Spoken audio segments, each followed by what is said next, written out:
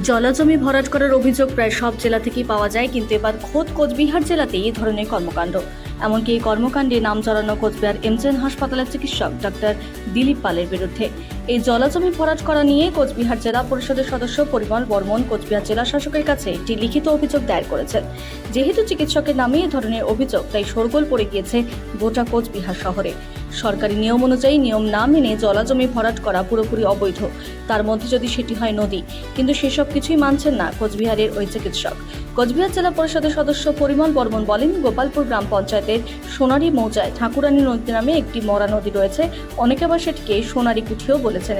আর সেই নদীকে দিলীপ পাল নামের চিকিৎসক স্থানীয় কিছু দুষ্কৃতীকে নিয়ে মরা নদীর বেশ কিছু অংশ মাটি দিয়ে ভরাট করে দখল করছে, যা পুরোপুরি অবৈধ। প্রেমী ব্যাপার, যারা পরিবেশকে ভালোবাসে, মানুষকে ভালোবাসে, নদীকে ভালোবাসে এবং পরিবেশকে বাঁচাতে গেলে নিকাশি ব্যবস্থা যেটা মানুষের অত্যন্ত আবশ্যক, সেখানে একটা নদী, ঠাকুরানী নদী সোনারি কুঠি, সেই নদীটাকে কিছু বিজেপির এক নেতা, সেটা হলো ফুলচান এবং আরও কিছু মানুষের সহযোগিতায় দিলীপ পাল বলে একজন ডাক্তার ওখানে নার্সিংহোম করবে নদীর।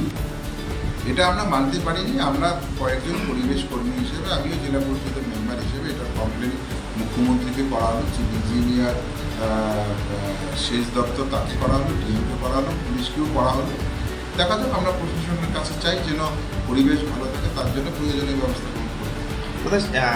বিজেপি এখন দেখেন, এটা কারা কিভাবে কি করছে এটা আমি ডিটেলস তো বলতে পারবো না, কারণ কারোর সাথে তো আমি মিটিং দেখে এটা করতে পারছি না এবং কারা যুক্ত আছে আমি জানি না। তবে যারা আমি দেখেছি, সব দলের, বিভিন্ন দলের মানুষকে আমি দেখেছি, বিভিন্ন মোস্তানকে আমি দেখেছি, বিভিন্ন লাঠিয়াল বাহিনীকে দেখেছি। আমার অভিজ্ঞতার নিরিখে বলছি, এইটা আসলে সমাজের, এগুলো হলো নিষ্ক্রিয় মানুষ, এগুলো হলো ধান্দাবাজ লোক। এরা সব দলের মধ্যেই এই ধান্দাবাজ থাকে, এই ধান্দাবাজরা এই কাজটা করছে।